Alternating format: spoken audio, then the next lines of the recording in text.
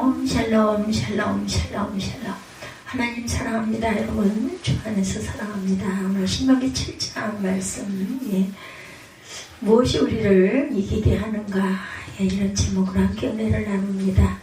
1절에서 5절까지 내용이 가나안 땅을 정복할 때 반드시 지켜야 할 것들을 말하고 있죠. 첫째, 그 땅 족속을 불쌍히 여기지 말고 모두 진멸하라. 둘째, 그들과 언약하지 말라. 셋째, 그들과 절대로 혼인하지 말라. 넷째, 그들의 제단을 헐며 주상을 깨뜨리라. 이런 말씀을 하고 계세요. 전체 26절까지 주석 함께 봅니다. 이스라엘 백성들은 가나안 땅에 들어가서 선택된 백성으로서의 본분을 다 해야 했죠. 그래서 7장에 모세는 이스라엘에게 종교적으로 그들과 융합하지 말고 어떤 동맹이나 타협도 하지 말 것을 특히 1절에서 5절에 강조합니다. 이 말씀은 오늘날 세상 속에서 세상과 대적하는 삶을 사는 그리스도인들에게도 동일하게 제시가 되는 말씀이에요. 우리는 택함 받은 이스라엘이다, 이렇게 말씀하죠. 내 하나님 야훼께서 너를 인도하사 내가 가서 차기르가스 족속과 차지할 땅으로 들이시고 내 앞에서 여러 민족 헷 족속과 기르가스 족속과 아모리 족속과 가나안 족속과 브리스 족속과 히위 족속과 여부스 족속 곧 너보다 많고 힘이 센 7 족속을 쫓아내실 때 내 하나님 야훼께서 그들을 내게 넘겨 치게 하사 내게 치게 하시리니 그때 너는 그들을 진멸할 것이라. 그들과 어떤 언약도 하지 말 것이요 그들을 불쌍히 여기지도 말 것이며 혼인하지도 말지니 내 딸을 그들의 아들에게 주지 말 것이요 그들의 딸도 내 며느리로 살지 말 것은 그가 내 아들을 유혹하여 그 야훼를 떠나고 다른 신들을 섬기게 하므로 야훼께서 너에게 진노하사 갑자기 너희를 멸하실 것이니라. 오직 너희가 그들에게 행할 것은 이러하니 그들의 제단을 헐며 주상을 깨뜨리며 아세라 목상을 찍으며 조박한 우상들을 불사를 것이니라. 이렇게 말씀하시죠. 1절에서 5절까지. 하나님은 이스라엘이 가나안 땅에 들어가서 취할 전쟁의 방법과 방향에 대해서 이렇게 자세히 언급하십니다. 바로 헤렘 전쟁으로부터 그 땅에 사는 모든 민족들을 진멸하고 한 사람도 남겨두지 않는 전쟁을 말합니다. 이것은 소위 인도주의적 측면에서 보면 비전투원까지 죽이는 잔인성이 문제될 수도 있지만 하나님께서 이 전쟁을 통해서 가나안 땅의 총체적인 죄악의 관용함을 징벌하시는 것입니다. 그러므로 이스라엘 백성들은 그들에 대하여 어떠한 관용과 자비도 베풀지 말고 진멸해야 했다. 장차 가나안에서 경험하게 될 이스라엘의 비극은 바로 이 헤렘 전쟁을 제대로 수행하지 못한 데 있다라는 것입니다. 가나안 거민에 대한 진멸 명령입니다. 여호수아 8장 24절에 이스라엘이 자기들을 광야로 추격하던 모든 아이 주민을 들에서 죽이되 그들을 다 칼날에 엎드러지게 하여 진멸하기를 마치고 온 이스라엘이 아이로 돌아와서 칼날로 죽임에 그날에 엎드러진 아이 사람들은 남녀가 모두 12,000명이다. 이렇게 말씀하고 있습니다. 하나님께서 택한 이스라엘 백성이죠. 하나님께서는 가나안에 가서 그 족속들과 혼인하지 말고 오직 하나님 섬기기에만 힘쓰라 말씀하시면서 이스라엘 백성들을 택한 이유에 대해서 설명합니다. 하나님이 이스라엘을 사랑하셨기 때문에 택하셨고 이러한 하나님의 사랑 때문에 하나님이 이스라엘의 열주와 맺으신 언약을 신실하게 지켰다는 것. 또한 출애굽의 위대한 역사도 바로 하나님께서 이스라엘을 사랑하시고 그들의 부르짖음을 들으셨기 때문에 가능한 역사라는 것을 우리가 잊지 말자. 또한 택하심으로 기업을 맺게 하셨어요. 베드로전서 1장 2절과 4절입니다. 곧 너희 하나님이 미리 아심을 따라 성령이 거룩하게 하신 것으로 순종한가 예수 그리스도의 피임을 얻기 위하여 택하심을 받은 자들에게 편지하노니 은혜와 평강이 너에게 있을지어다. 이렇게 말씀하고 있습니다. 산 소망이 되어 3절 4절에 보면 우리 주 예수 그리스도의 아버지 하나님을 찬송하리로다. 그의 많으신 긍휼대로 예수 그리스도를 죽은 자 가운데서 부활하게 하심으로 말미암아 우리를 거듭나게 하사 산 소망이 있게 하시고 또한 썩지 않고 더럽지 않고 쇠하지 아니한 유업을 있게 하시리니 곧 너희를 위하여 하늘에 간직하신 것이라. 이렇게 말씀합니다. 택함을 구원을 의미합니다. 택함은 구원을 의미한다. 데살로니가 후서 2장 13절입니다. 주께서 사랑하시는 형제들아 우리가 항상 너희에 관하여 마땅히 하나님께 감사할 것은 하나님이 처음부터 너희를 택하사 성령에 거룩하게 하심과 진리를 믿음으로 구원을 받게 하심이니. 그래서 너희는 계명을 지키라. 신실하신 하나님께서는 능력이 주님이시고 언약을 신실하게 지키시는 분이기 때문에 그분을 사랑하고 그의 계명을 지키는 자는 천대까지 약속을 지키겠다고 말씀하죠.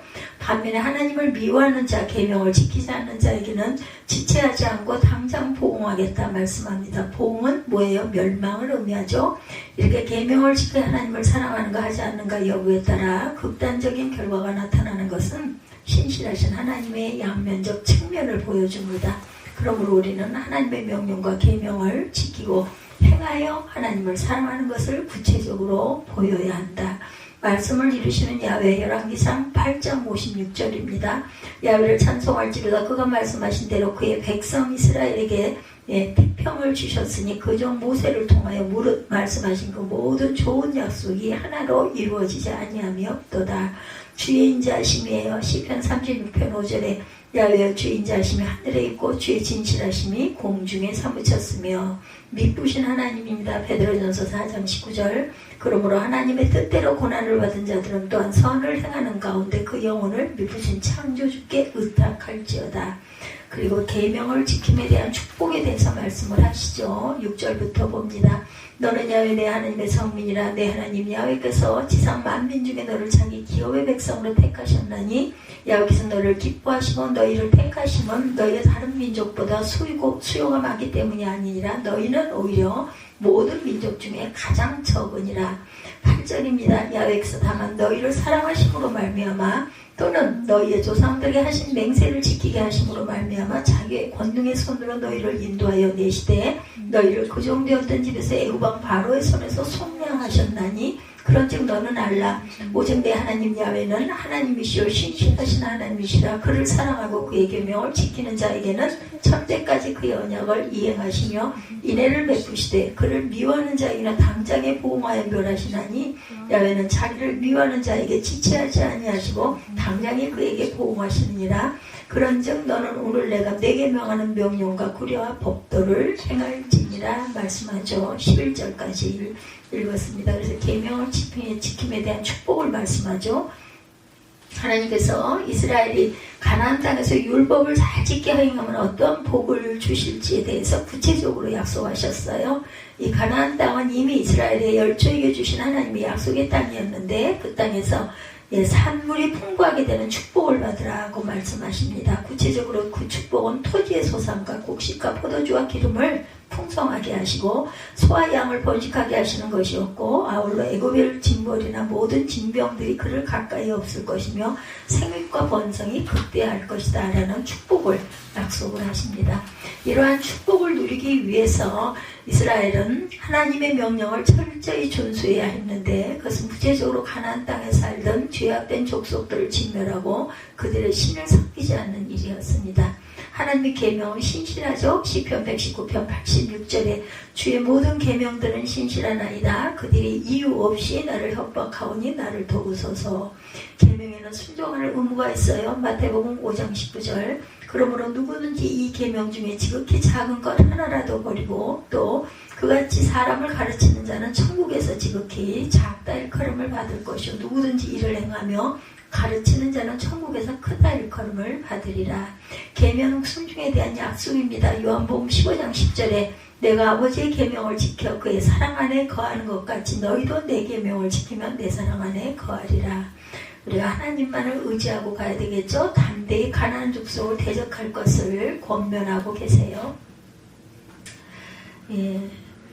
그런즉 너는 오늘 내가 네게 명령하는 명령과 규례와 법도를 잘 지켜라. 법도를 듣고 지켜 행하라고 말씀합니다. 신명기 28장 1절에서 14절에도 증거하고 있어요. 12절에 보면 너희가 이 모든 법도를 듣고 지켜 행하면 내 하나님 야훼께서 내 조상들에게 맹세하신 언약을 지켜 내게 인애를 베푸실 것이라.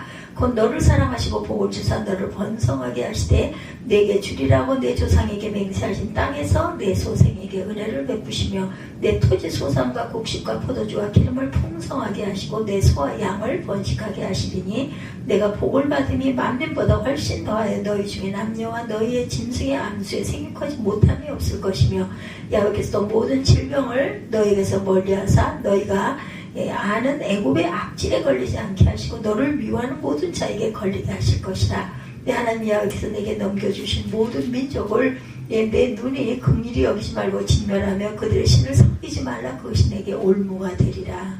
16절까지 봤습니다.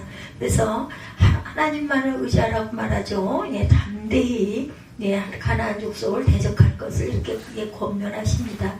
이러한 축복을 누리기 위해서 이스라엘은 하나님의 명령을 철저히 준수해야 했는데 구체적으로 가나안 땅에 살던 죄악된 족속들을 진멸하고 그들의 신을 섬기지 말라. 하나님의 계명은 신실하다고 말씀하죠. 주의 모든 계명을 신실하나이다. 그들이 이유 없이 나를 핍박하오니 나를 도우소서. 시편 119편 86절입니다. 계명에는 순종할 의무가 있다. 마태복음 5장 19절에 그러므로 누구든지 이 계명 중에 지극히 작은 것 하나라도 버리고 그같이 사람을 가르치는 자는 천국에서 지극히 작다 일컬음을 받을 것이요 누구든지 이를 행하며 가르치는 자는 천국에서 크다 일컬음을 받으리라. 계명 순종에 대한 약속입니다. 요한복음 15장 10절에 내가 아버지의 계명을 지켜 그의 사랑 안에 거하는 것 같이 너희도 내 계명을 지키면 내 사랑 안에 거하리라. 그리고 하나님만을 의지하라. 담대히 가나안 족속을 대적하라고 말하죠. 하나님의 이스라엘 백성들이 가나안 족속을 두려워하여 떨 것에 대해서 염려하십니다. 이스라엘은 가나안의 많은 종족 수와 백성들의 수에 압도당할 수가 있었고 그들은 광야 생활만 하여서 군사적인 경험이 전무하다는 사실 또한 큰 장애 요인이었다. 그렇지만 모세는 이스라엘을 출애굽시키기 위한 위대한 하나님을 기억하라고 권면합니다. 그리스도를 믿음이 담대함의 근원이다. 에베소서 3장 12절입니다. 우리가 그 안에서 그를 믿음으로 말미암아 담대함과 확신을 가지고 하나님께 나아감을 얻느니라. 기도가 담대하게 한다고 말하죠. 에베소서 6장 19절에 또 나를 위하여 구할 것은 내게 말씀을 주사 나로 입을 열어 복음의 비밀을 담대히 알리게 하옵소서 할 것이니 가나안을 진멸할 것을 다시 강조하시죠. 하나님의 준엄한 명령은 다시 한번 가나안을 완전히 진멸할 것을 권면합니다. 조각한 그들의 신상을 불사르고 그들의 재물을 탐내지 말고 그 가증한 것들에 대해서 혐오하라고 명령하죠. 여리고성 전투 그 시에 아가는 이 명령을 제대로 수행하지 못합니다. 그래서 이로 인해 이스라엘은 여호수아 사후 사사기에서 보여주는 극심한 영적 혼란기를 겪게 된다. 하나님의 뜻에 순종하기를 간구하는 기도 시편 143편 10절입니다. 주는 나의 하나님이시니 나를 가르쳐 주의 뜻을 행하게 하소서. 주의 영은 선하시니 나를 공평한 땅에 인도하소서. 마음으로 순종해야 한다. 히브리서 13장 21절의 모든 선한 일에 너희를 온전하게 하사 자기 뜻을 행하게 하시고 그 앞에 즐거운 것을 예수 그리스도로 말미암아 우리 가운데 이루시기를 원하노라. 영광이 그에게 세세 보이도록 있을지어다. 이렇게 말씀합니다. 우리 아까 16절까지 읽었고 17절부터 마지막 절까지 보고 결론을 맺죠. 내가 혹시 심중에 이르기를 이 민족들이 나보다 많으니 내가 어찌 그를 쫓아낼 수 하리라마는 그들을 두려워하지 말고 내 하나님 야훼께서 바로와 온 애굽에 행하신 것을 기억하되 내 하나님 야훼께서 너를 인도하여 내실 때 내가 본 큰 시험과 이적과 기사와 강한 손과 편파를 기억하라. 내 하나님 야훼께서 너희가 두려워하는 모든 민족에게 그와 같이 행하실 것이요 내 하나님 야훼께서도 왕벌을 그들 중에 보내어 그들의 남은 자와 너를 피하여 숨은 자를 멸하시리니 너는 그들을 두려워하지 말라. 너희 하나님 야훼 곧 크고 두려운 하나님이 너희 중에 계시니라. 내 하나님 야훼께서 이 민족들을 내 앞에서 조금씩 쫓아내시리니 너는 그들을 급히 멸하지 말라. 들짐승이 번성하여 너를 해할까 하노라. 내 하나님 야훼께서 그들을 내게 넘기시고 그들을 크게 혼란하게 하여 마침내 진멸하시고 그들의 왕들을 내 손에 넘기시리니 너는 그들의 이름을 천하에서 제하여 버려라. 너를 당할 자가 없이 내가 마침내 그들을 진멸하리라. 너는 그들이 조각한 신상들을 불사르고 그것에 입힌 은이나 금을 탐내지 말며 취하지 말라. 내가 그것들을 말미암아 올무에 걸릴까 하노니 이는 내 하나님 야훼께서 가증히 여기시는 것이니라. 너는 가증할 것을 너의 집에 들이지 말라. 너도 그것과 같이 진멸당할까 하노라. 너는 그것을 멀리하며 심히 미워하라. 그것은 진멸당할 것임이니라. 거기 있는 그런 그 어떤 보석이나 이런 것들 탐하지 말라고 그러죠. 부러워하지도 말고 그것들은 취하지 말라. 그것으로 말미암아 올무에 걸릴까 하노라. 가증한 것을 집에 들이지도 말라. 그것까지 진멸당할까 하노라. 너는 그것을 멀리하며 심히 미워하라. 그것은 진멸당할 것입니다. 진멸당한 것 부러워하지 말라는 거죠. 하나님의 뜻에 순종하기를 늘 간구하고 기도해야 된다. 시편 143편 10절에 주는 나의 하나님이시니 나를 가르쳐 주의 뜻을 행하게 하소서. 주의 영은 선하시니 나를 공평한 땅에 인도하소서.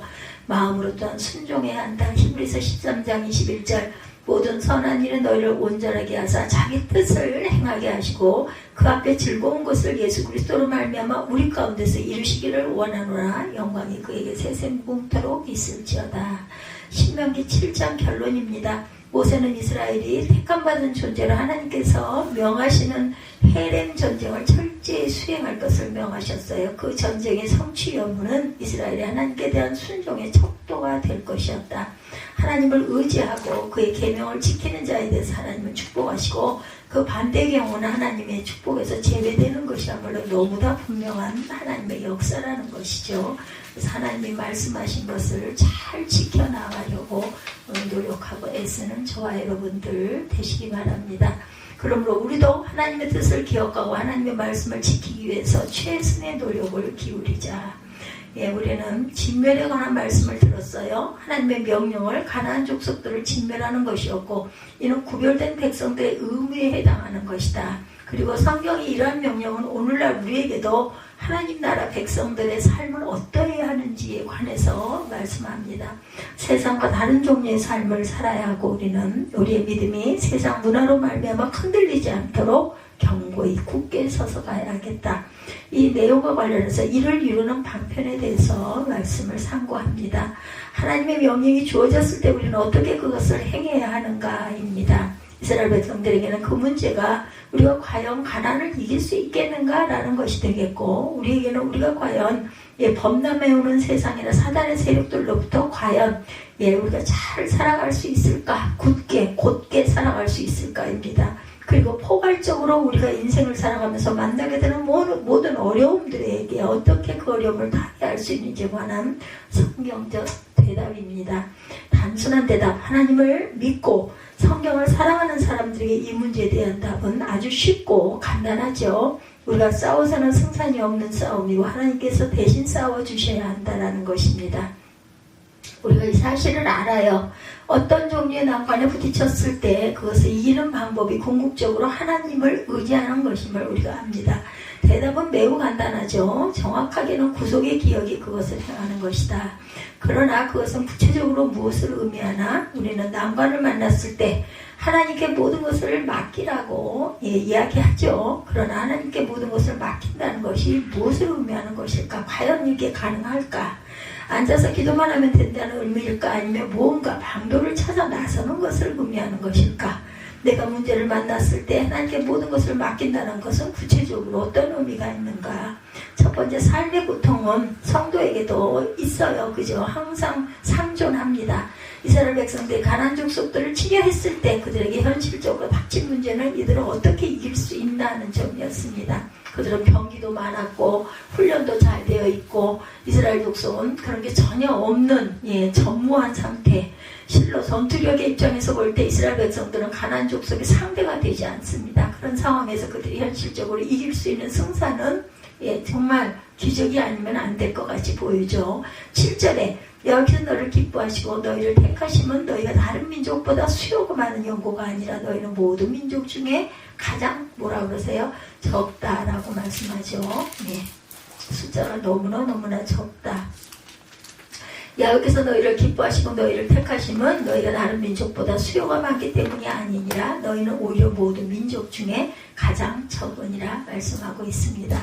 그들은 약한 민족, 그들은 별 볼 일 없는 사람들. 그래서 실제로 강대하고 무기를 잘 갖춘 가난한 사람들과 싸운다는 것은 아주 어려운 일이고 공포스러운 무서운 일이었다. 그래서 17절에 말씀합니다. 어떻게 생각해? 내가 어찌 그를 쫓아낼 수 있으리요. 17절에 이렇게 말하고 있죠. 내가 어떻게 그걸 감당해? 어이구 무서워라입니다. 내가 혹시 심중에 이르기를 이 민족들이 나보다 많으니 내가 어찌 그를 쫓아낼 수 있으리요 하리라마는 그들을 두려워하지 말고 내 하나님 여호와께서 바로와 온 애국에 행하신 것을 기억하되 내 하나님 여호와께서 너를 인도하여 내실 때 내가 본 큰 시험과 이적과 기사와 강한 손과 편파를 기억하라. 내 하나님 여호와께서 내가 두려워하는 모든 민족에게 그와 같이 행하실 것이요 내 하나님 여호와께서 왕벌을 그들 중에 보내어 그들의 남은 자와 너를 피하여 숨은 자를 멸하시리니 너는 그들을 두려워하지 말라. 너희 하나님 여호와 곧 크고 두려운 하나님이 너희 중에 계심이라. 이걸 절대로 잊지 말라는 거죠. 내 하나님 여호와께서 이 민족들을 네 앞에서 조금씩 쫓아내시리. 너는 그들을 급히 멸하지 말라. 들짐승이 번성하여 너를 해칠까 하노라. 내 하나님 여호와께서 그들을 내게 넘기시고 그들을 크게 혼란하게 하여 마침내 진멸하시고 그들의 왕들을 내 손에 넘기시니 너는 그들의 이름을 천하에서 지하여 버리라. 너를 당할 자가 없이 내게 마침내 그들을 진멸하리라. 너는 그들의 조각까지 신상을 불서로 곳에 입힌 은이나 금을 탐하지 말며 취하지 말라. 내가 그것으로 말미암아 올매 걸릴까 하노니 이는 내 하나님 여호와께서 가증히 여기시는 것입니다. 너는 가증한 것을 내 집에 들이지 말라. 너도 그것과 같이 진멸당할까 하노라. 너는 그것들을 멀리하며 심히 미워하라. 그것은 진멸당할 것입니다. 없어져 버릴 것, 썩을 것들이라는 거죠. 이러한 구절을 읽으면서 우리는 성도들이 하나님 명령을 가지고 삼자손 치더라도 공중에 붕붕 떠서 사는 것은 절대로 아니에요. 그렇죠? 하나님을 믿는다는 것은 삶에 극심한 고난이 닥쳐도 아무런 고통이 없을 것을 의미하지 않는다. 성도들도 신자들도 똑같이 고통을 겪습니다. 하나님을 믿는다는 것은 심각한 문제가 닥쳤을 때 마음이 마치 고요한 호수처럼 잔잔하고 전혀 아무런 갈등과 마음의 근심도 없다는 것을 의미하지 않는다. 어려운 상황이 닥칠 때 우리도 똑같이 고민하고 고뇌하고 갈등하고 고민합니다. 하나님을 믿는다는 것은 중요하고 어려운 일을 만났을 때도 너무나 초연하게 아무렇지도 않게 있을 이 일을 처리하는 것을 의미하지 않는다. 성도들도 긴장하고 성도들도 어려워하며 갈등도 겪는다는 것, 이것을 대수롭지 않게 생각하는 사람은 실제로 문제를 만났을 때 그 문제를 이겨내지 못할 가능성이 많다. 하나님이 알아서 다 해주실 거야 라고 생각하고 삶의 본질을 간파하지 못하는 사람은 진짜 쓴 고통을 겪게 될 때 하나님을 떠나게 된다는 것입니다. 그러나 하나님은 우리에게 그런 종류의 삶을 허락하시지 않아요. 성도에게도 갈등은 여전히 갈등이며 고민은 고민이다. 그러므로 그런 문제 자체가 불신앙인 것은 아니다. 17절을 다시 보면 그들이 고민했어요. 그렇죠.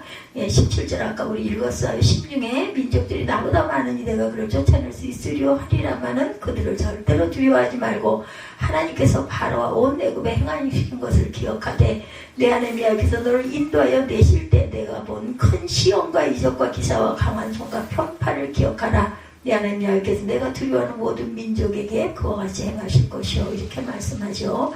그래서 우리가 그런 문제 자체가 불신앙인 것은 아니라는 것입니다. 그들을 쫓아내지 못하실 거라고 했던 가데스 바네아에서의 반역과는 다르다. 이것은 하나님 믿지 못하는 정황이라기보다는 걱정이라는 것, 염려하고 두려워하는 것 자체가 잘못된 거예요. 근데 꼭 보면은 걱정하고 염려하면 그런 일이 꼭 일어나더라고요. 그래서 마음을 우리가 강하고 담대하게 먹을 필요가 있습니다. 겁내고 두려워하면 이미 반 이상 치고 들어가는 거예요.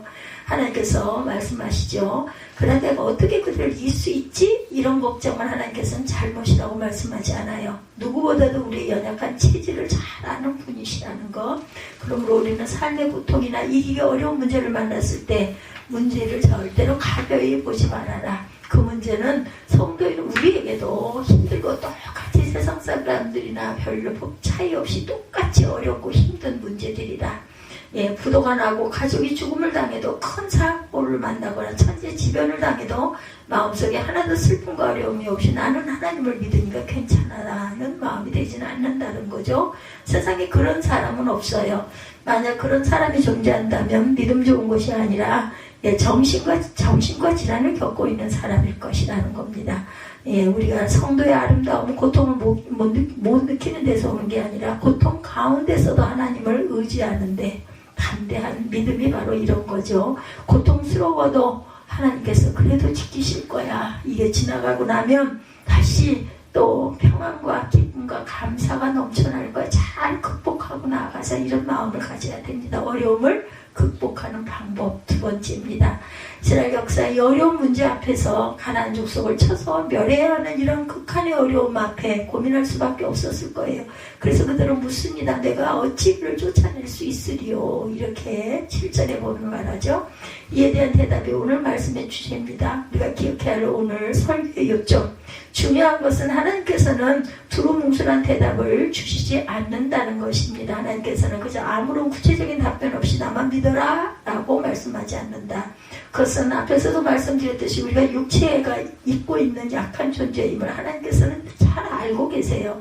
그래서 우리에게 아주 구체적인 대답을 주시죠. 어떻게 해야 할 것을 가르쳐 줍니다. 18절에 그들을 두려워 말고 하나님 야훼께서 바로와 온 애굽에 행하신 것을 기억하되. 뭐예요? 하나님께서 근심과 걱정에 휩싸이는 이스라엘에게 주신 대답은 구체적으로 기억하라고 말씀합니다.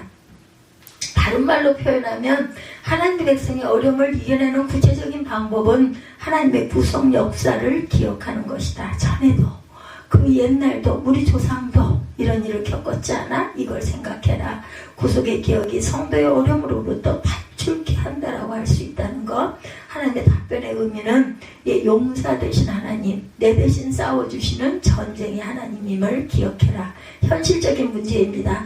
하나님께서 어려운 가운데 처한 이스라엘에게 구체적으로 그들이 무엇을 해야 할지 알려주세요. 그러나 그 구체적인 방법론은 성도를 진지를 부족한다든지 문제 해결을 위한 방법론적인 그런 서적들을 읽거나 카운슬러로 찾아가는 것이 아니다. 구체적인 방법은 자기가 할 수 있는 모든 지원을 끌어모은다거나 동원할 수 있는 모든 인력을 총동원하는 것도 아니다. 하나님께서 주신 방법은 매우 구체적인 것이긴 하지만 매우 이상한 것입니다. 하나님은 성도가 어려움을 만났을 때 궁극적으로 그가 그것을 이겨내는 방법은 이전에 하나님께서 행하셨던 일을 기억하라고 말씀합니다. 야훼 하나님께서 이전에 나를 이렇게 구원하셨으므로 라는 사실을 떠올려라. 내 하나님 야훼께서 나를 바로와 온 애국으로부터 시험과 이적과 기사와 강한 손과 편팔로 구원하신 사실을 기억하라. 이 성도에게 이것이 어려움을 만났을 때 대처하는 구체적인 방법입니다. 이것이 이상해 보이세요? 그러나 이것이 오늘 하나님께서는 우리에게 제시해 주시는 말씀 속의 진리입니다. 그러면 어떻게 질문할지는 모르겠지만 도대체 무슨 도움이 되겠는가? 지금 상황이 엉망이고 내가 이렇게 힘든데 하나님의 과거에 나를 구속했다는 것 겨우 기억나는 것이 그 문제를 해결하는데 무슨 해결책이 있습니까? 그러나 그렇지 않다라고 말해야 합니다. 오늘 본문에서 하나님께서는 이 기억하는 것이 실제로 우리를 어떻게 어려움으로부터 구원해낼 수 있는지를 보여주죠. 그와 같이 하나님께서 우리를 구원하셨던 것을 기억할 때 어떤 방식으로 우리를 현재 어려움에서 구출하실 수 있는가. 19절입니다. 그 해결의 열쇠는 그와 같이라는 단어에 있어요. 이게 원문으로 보면 아마 더 빨리 더 깊이 이해가 될 거예요. 19절 내 하나님 야훼께서 너를 인도하여 내실 때 내가 본 큰 시험과 이적과 기사와 강한 손과 편팔을 기억하라. 내 하나님 야훼께서 내가 두려워하는 모든 민족에게 그와 같이 행할 것이요. 그와 같이 행하실 것이요. 그때도 이렇게 했기 때문에 이번 일에도 그렇게 아마 행하실 것이다 라는 거죠. 그래서 항상 우리는 하나님께서 우리를 구출할 열쇠를 갖고 계신다. 19절에 열쇠는 그와 같이라는 단어다. 17절부터 19절까지의 말씀입니다. 이 구절은 문제와 진행 상태를 정확하게 보여줍니다. 17절에는 어려움의 시작에 내가 어찌 그를 쫓아낼 수 있으리요. 18절과 19절의 앞부분의 이 문제에 대한 하나님의 대답은 기억하라입니다. 그들은 두려워 말고 내 하나님 야훼께서 바로와 온 애굽에 행하신 것을 잘 기억하되 내 하나님 야훼께서 너를 인도하여 내실 때 내가 목도한 큰 시험과 이적과 기사와 강한 손과 편팔을 기억하라.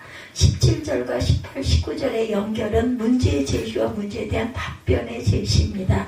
이스라엘 백성들은 어떻게 이들을 쫓아낼 수 있을꼬라고 물었고 하나님은 그 대답으로 과거 내가 너를 구원했던 사실을 기억해라. 그러면 그것이 어떻게 대답이 돼요? 바로 그 다음 구절에 나오는 그와 같이 문제의 해결점입니다. 그와 같이 내 하나님 여호와께서 내가 두려워하는 모든 민족에게 행하실 것이다. 내 하나님 여호와께서 형벌을 그들에게 보내어 그들의 남은 자와 숨은 자를 멸하실 것이다. 그와 같이가 제시하는 해결책, 과거를 기억하는 것이 그들의 현재 문제를 해결하는 답이 될 수 있는가? 그것은 하나님께서 그때 행하신 것과 같이 지금도 행하고 계시는 살아계신 하나님, 나와 함께 하시는 하나님이시라는 거. 그래서 하나님께서 그때 행하신 것과 같이 지금도 행하실 것이다. 즉 하나님은 아브라함의 하나님, 이삭의 하나님, 야곱의 하나님, 곧 언약의 하나님이시기 때문이라는 거. 그 하나님이 살아계시면, 나와 함께 계시면 나는 어떠한 난관이 와도 결코 죽지 않는다. 결코 주저앉지 않을 것이다 입니다. 그들이 맡게 될 현실은 현재의 문제. 그러므로 우리 생각에 그에 대한 문제는 지금 우리가 답변을 찾아야 하는 것이라고 생각하기 쉬우나 하나님께서는 과거를 돌아보는 것이 해결책이다. 그때도 그랬잖아. 1년 이번에 당연히 그렇겠지. 뭘 그걸 염려해. 뭘 두려워하니. 내가 하지 않겠니? 이렇게 말씀하고 계시는 거예요. 이렇게 멸하실 것이다. 그때 행하신 것과 같이 지금도 행하는 하나님이시다. 야곱의 하나님, 곧 언약의 하나님이라는 것을 잊지 마십시다. 그래서 과거를 돌아본다는 것, 그것은 옛날에 엄밀히 살라는 뜻이 아니라 과거에 하나님께서 너를 구속했다는 사실을 기억하라. 그리고 그것을 기억하는 이유는 하나님께서 지금도 그와 같이 하실 것이다. 구속하실 것이다. 하나님은 언약의 하나님이시고 아브라함과 이삭과 야곱을 자녀로 부르시는 우리 조상들의 하나님이시다. 그리고 애굽에서 이스라엘을 건지신 것과 같이 우리의 문제도 해결하시는 하나님이시다라는 겁니다. 그러므로 우리가 여기서 내릴 수 있는 결론은 성도가 문제를 직면했을 때 그것을 해결할 수 있는 방법은 언약의 하나님을 기억하는 것이다.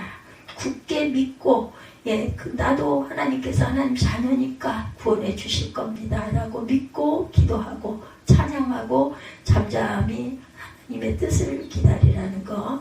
그래서 하나님께서는 그들이 당면한 문제가 결국은 누구에게 속해 있는지를 가르쳐 주시죠. 이스라엘이 회상만 하면 된다는 것은 이스라엘이 실제로 칼을 들고 싸우는 것을 통해 그 문제가 해결되는 것이 아니에요. 그 점은 이 구절들에 나타난 주체들을 잘 살피는 것을 통해 이해됩니다.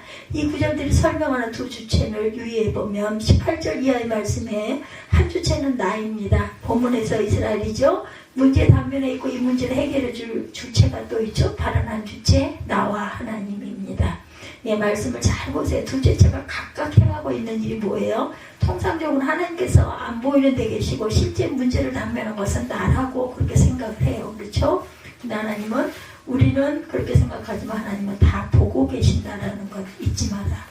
오늘 말씀은 우리에게 정반대 사실을 말씀합니다. 실제 싸우고 계신 분은 내가 아니고 하나님이라는 거. 나는 뒤에 단지 기억만 하고 온전하게 굳건하게 땅 버티고 낙심하지 말고 서 있으면 된다. 그때 우리 뭐 하면 돼요? 찬양하면 됩니다. 기도 힘드세요? 찬양하세요. 어려움 당했을 때 그 문제를 해결하기 위해서는 나는 뒤에 서서 기억만 하면 선두에 서서 싸우시는 분은 하나님. 근데 뭐가 있어야 할까요? 기억하고 믿는 것이 중요합니다. 갈팡질팡하고 어디 가서 좀 물어볼까, 누구에게 도움을 청할까, 이게 아니라 하나님께 아뢰고 하나님께 기도하며 찬양하고 있으면 된다. 18절에 내 하나님 여호와께서 바로와 온 애굽에 행하신 것을 기억합니다.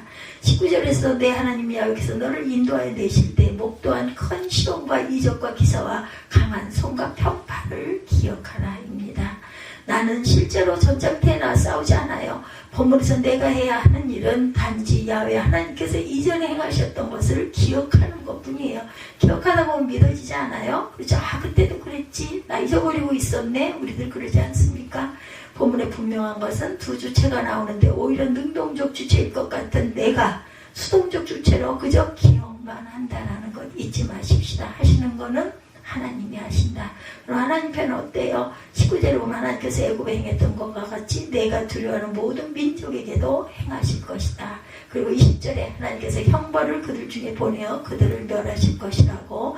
23, 4절에도 그들을 붙드심으로 진멸케 하시는 주체 왕들은 이스라엘의 손에 붙여 이름을 천하에서 제하여 버리시는 주체 모두 하나님이십니다. 즉 우리는 통상적으로 생각하는 것과 정반대로 일을 행하시는 분은 야훼시고, 나는 그냥 하나님께서 행하시도록 하기 위해 하나님께 이전에 구속하셨던 일을 기억만 하면 된다. 이것이 바로 믿는 자들의 방법이라는 것. 세 번째, 결국 싸우시는 분은 하나님이시다. 어떤 사람들은 이렇게 물지도 몰라요. 이스라엘이 실제로 가나안 땅에 들어갔을 때 전쟁을 한 주체는 누구입니까? 실제로 눈에 보이는 전쟁에서 이스라엘 백성들이 싸우지 않고 하늘에서 내려온 천사들의 군대가 대신 싸웠어요? 그렇지 않죠. 아니면 하나님께서 불러댄 창을 들고 직접 내려오셔서 가나안 족속을 쳐부수셨어요? 아니죠. 결국 싸운 것은 우리예요.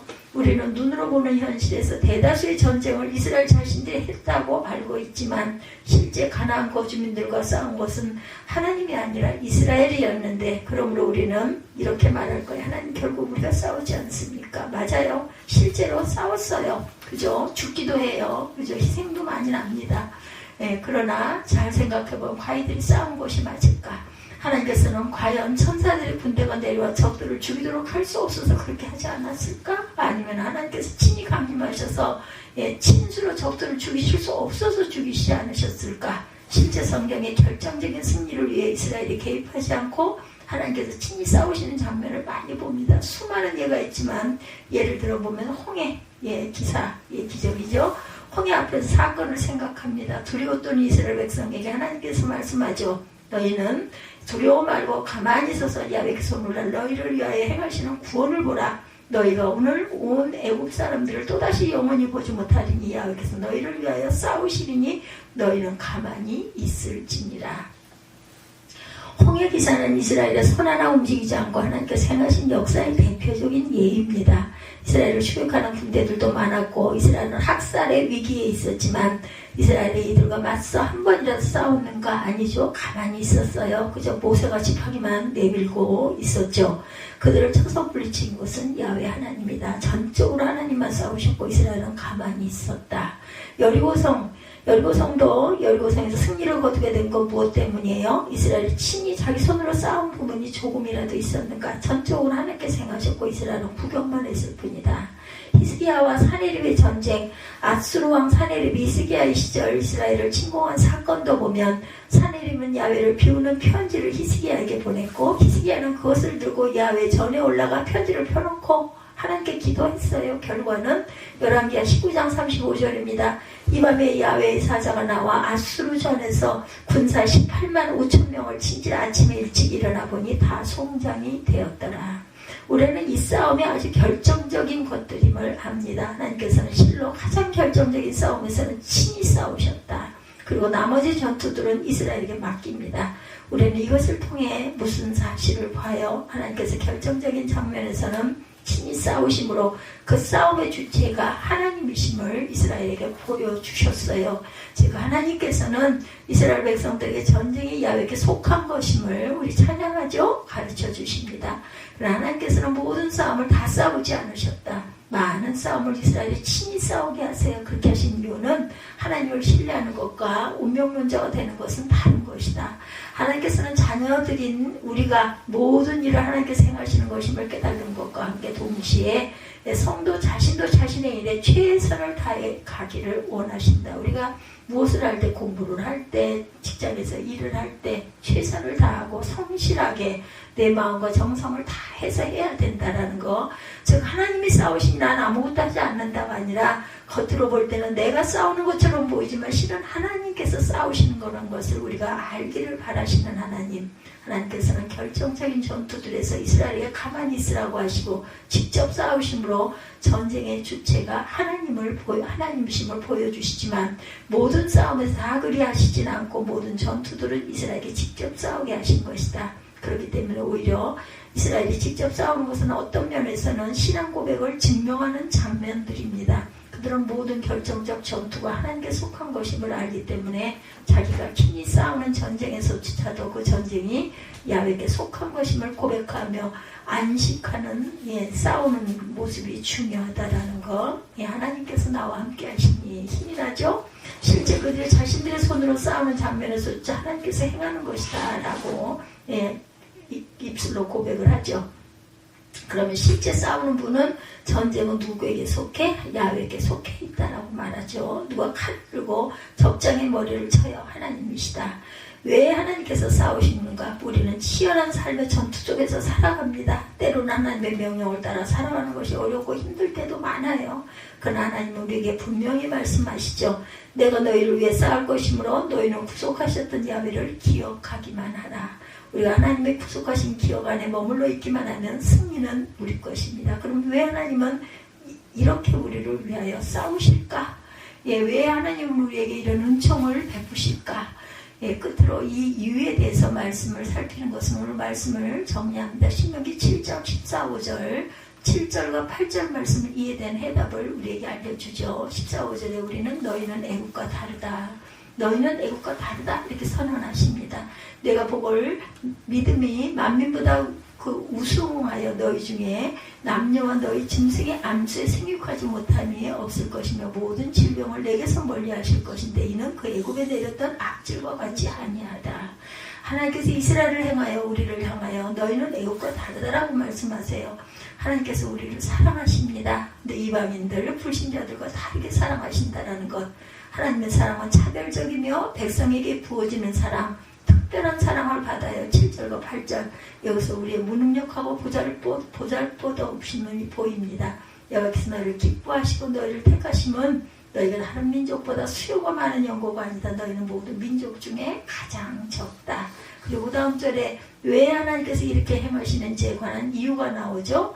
야훼께서 다만 너희를 사랑하심으로 인하여 또는 너희 열조에게 하신 맹세를 지키려 하심으로 인하여 자기의 권능의 손으로 너희를 인도하여 내시되 너희를 그 종되었던 집에서 애굽왕 바로의 손에서 속량하셨으니 우리는 하나님께서 왜 우리를 위하여 싸우시는지 근원적인 이유를 알지 못해요.